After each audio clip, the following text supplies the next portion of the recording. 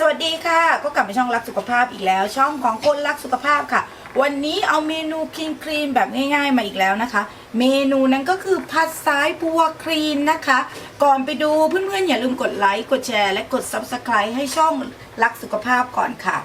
ขั้นตอนแรกให้เรามาเตรียมสายบัวกันก่อนนะคะเราก็จะใช้เกลือนะคะประมาณ1ช้อนชานะคะใส่กับน้ำเปล่าไว้ค่ะ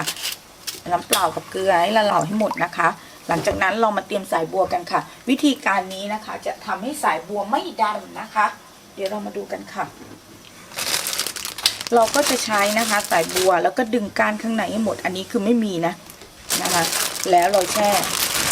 ช่ไว้ประมาณ10 นาทีนะคะแล้วถึงจะผัดกันนะคะซึ่งอันนี้ไม่มีเนาะ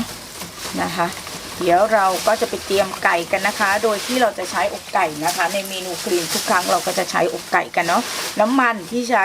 แนะนำนะคะให้เป็นน้ำมันมะกอกนะคะหรือน้ำมันดอกทานตะวันนะคะสำหรับผัดส่วนถ้าเกิดจะกินของทอดจริงๆแนะนำให้เป็นน้ำมันมะพร้าวนะคะเดี๋ยวเราไปเตรียมไก่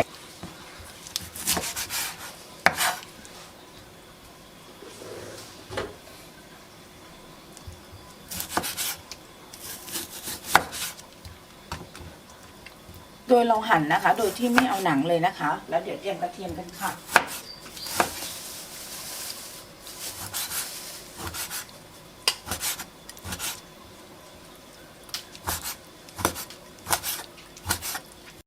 ขั้นตอนแรกนะคะเราก็จะใส่น้ำมันก่อนค่ะเป็นน้ำมันดีที่เข้าร่างกายนะคะ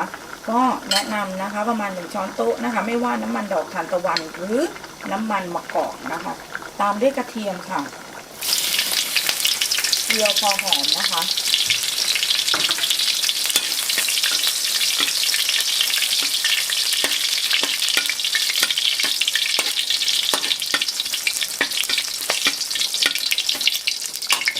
อกไก่ค่ะ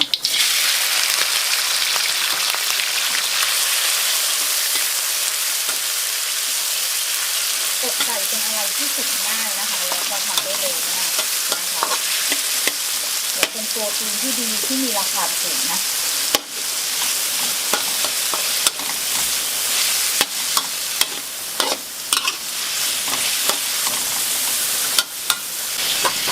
ตามด้วยนะคะสายบัวตามด้วยสายบัวนะคะที่แช่น้ำแล้วก็บิดน้ำทิ้งเรียบร้อยแล้วเนาะนะคะทีนี้เราชิมรสนะคะโดยใช้น้ำมันหอยนะคะโลโซเดียมนะคะน้ำปลาโลโซเดียมรวมถึงซีอิ๊วขาวโลโซเดียมและก็สารแทนความหวานนะคะ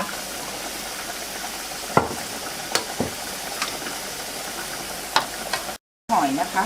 ใส่ลงใต้นะคะหลังจากนั้นนะคะใส่สารแทนความหวานชิมรสตามชอบนะคะค่ะเดี๋ยวเราไปจัดการกันค่ะแค่นี้นะคะก็ได้เมนูนะคะผัดสายบัวแบบคลีน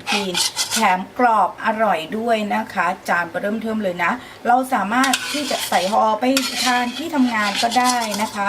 สำหรับคลิปนี้นะคะทีมงานรักสุขภาพขอลาไปก่อนค่ะถ้าชอบคลิปนี้อย่าลืมกดไลค์ให้พวกเราด้วยนะคะและที่สำคัญอย่าลืมกดแชร์จ้าเพื่อบอกต่อคลิปดีๆเจอกันใหม่คลิปหน้าสวัสดีค่ะ